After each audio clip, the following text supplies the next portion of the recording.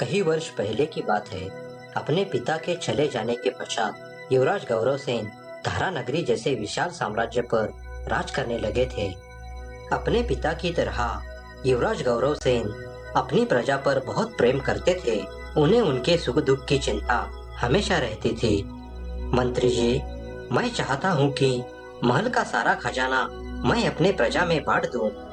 परंतु युवराज, अगर आप ऐसा करते हो तो महल का सारा खजाना खत्म हो जाएगा और आप गरीब हो जाओगे। आप उसकी चिंता व्यर्थ में ना करें मंत्री जी। खजाना तो क्या, फिर हमारे पास आ ही जाएगा। ठीक है युवराज, जैसी आपकी आज्ञा।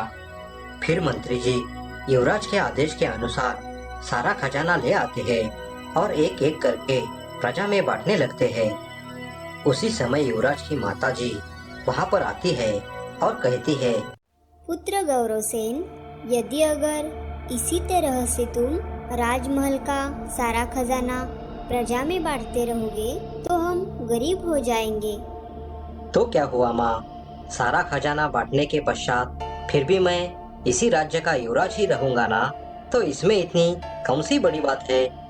नहीं पुत्र, तुम्हें गलत कर रहे हो। आज अगर महाराज जिंदा होते तो तुम्हें ऐसा नहीं करने देते।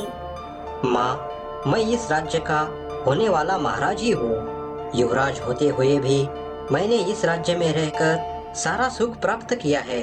लेकिन मैं ये देखकर दुखी हो जाता हूँ कि मेरे ही राज्य के आधे से भी ज्यादा लोग इस गरीबी की वजह से भूखे मर रहे हैं और ऐसा मैं बिल्कुल भी नहीं चाहता।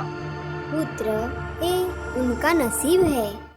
नहीं माँ, मैं चाहता हूँ कि मेरे इस राज्य के सभी लोगों की गरीबी दूर हो जाए, फिर चाहे उसके लिए मुझे ही क्यों ना गरीब होना पड़े। युवराज की ऐसी बातें सुनकर राजमाता वहां से चली जाती है, बल्कि युवराज सारा खजाना प्रजा में बांटने में व्यस्त रहता है। उसी समय पड़ोसी राज्य के राजा वज्रसेन शीतलगढ़ पर राज करते थे, जो एक निर्दयी राजा के रूप में जाने जाते थे और उनकी प्रजा उनसे बहुत डरती थी। मंत्री जी, बहुत दिन हो गए हैं मैं शिकार पर नहीं गया। अब मेरा मन शिकार पर जाने का हो रहा है। आप जल्द से जल्द तैयारी शुरू करो। ठीक है महाराज, जैसी आपकी आज्ञा। कुछ ही समय के पश्चात राजा वज्रसेन और उनका मंत्री दोनों जंगल की ओर शिकार पर निकल जाते हैं।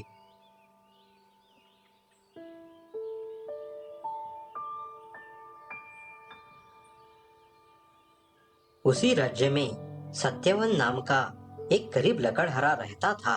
सत्यवन अपने परिवार में इकलौता कमाने वाला था।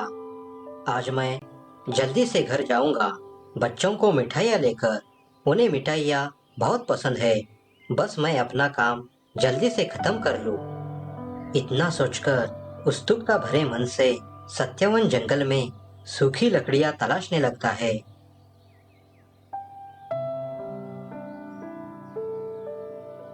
मंत्री जी, ये क्या, आज एक भी जंगली जानवर हमारे नजर नहीं आ रहा है। हाँ महाराज, ऐसा लग रहा है जैसे सारे जानवर जंगल में ही कहीं छुप गए हो। मंत्री जी, मेरा खौफ ही इतना है कि लगता है उसी कारण सारे जानवर छुप कर बैठे हैं। राजा मंत्री के साथ बात कर ही रहे थे, तभी एक सुंदर सा हिरण उनके सामने से जाता उन्हें नजर आ गया। मंत्री जी, वो रहा हमारा शिकार। उन दोनों को देखकर वो हिरण तुरंत वहां से भागने लगता है। तुम मुझसे भागने की जितनी भी कोशिश कर लो, परंतु आज तो मैं तुम्हारा शिकार करके ही रहूंगा। राजा इतना कहकर उस हिरण पर तीर चलाता है। आह महाराज, ये तो किसी इंसान के चिल्लाने की आवाज सुनाई दे रही है। तुम बिल्कुल ठीक कह रहे हो मंत्री जी, यह आवाज उस हिरण की नहीं है। महाराज, तो फिर हमें वहां चलकर देखना चाहिए आखिर हुआ क्या है, नहीं तो आपका निशाना किसी इंसान की जान ले सकता है।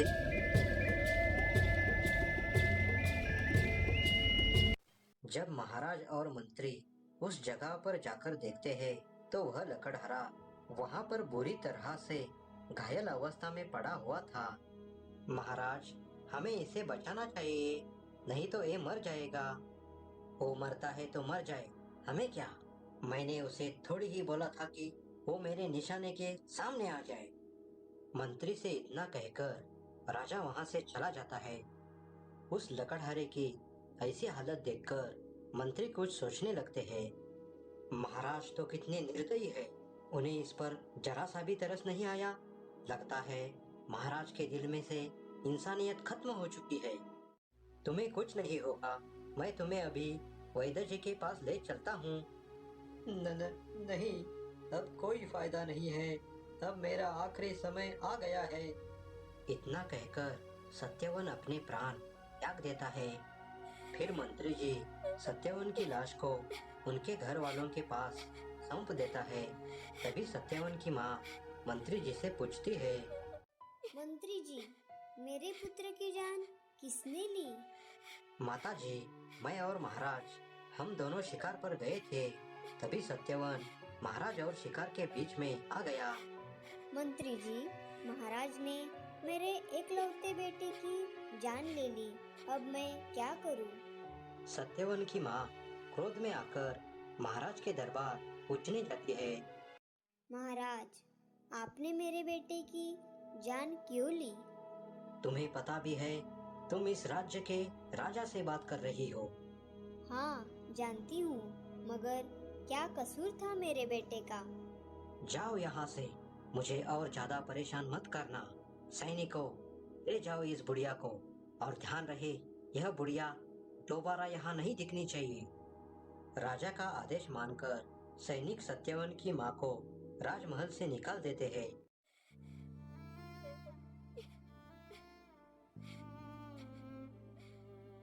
माँ जी, सत्यवन तो हमें छोड़कर चले गए, अब हम सबका क्या होगा?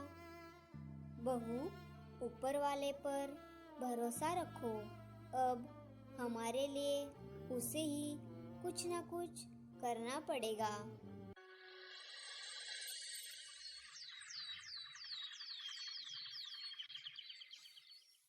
सत्यवन को गुजरे कुछ दिन हो जाते हैं। एक दिन सरला को उसके बच्चे कहते हैं, माँ, हमें बहुत जोरों की भूख लगी है। मैं अभी तुम्हारे लिए कुछ खाने को लाती हूँ। सरला अपने रसोई घर में जाती है और खाली बर्तनों को देखकर कहती है, घर में तो खाने को कुछ भी नहीं है, मैं कहाँ से इन बच्चों को खाने को दूँ? सरला रोते हुए यह सोच ही रही थी। तभी सत्यवन की माँ वहां पर आती है और कहती है, तुम क्यों रो रही हो बहू? सास के पूछने पर सरला उसे सारी बात बताती है। सत्यवन हमारे लिए जो कुछ छोड़कर गया था, वो अब सब कुछ खत्म हो चुका है। पर तुम चिंता मत करो बहू, मैं तुम सबके लिए कुछ न कुछ तो करती हूँ। इतना कहकर सत्यवन की माँ जंगल की तरफ जाती है। मैं इन सूखी लकड़ियों को बेचकर कुछ पैसे तो कमा ही सकती हूँ।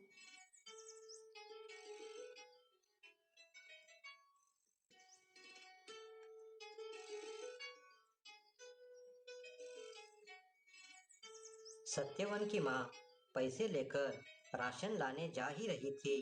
तभी पैर फिसलकर तालाब के किनारे गिर जाती है। तभी उसके हाथ से पैसों की थैली छूट जाती है।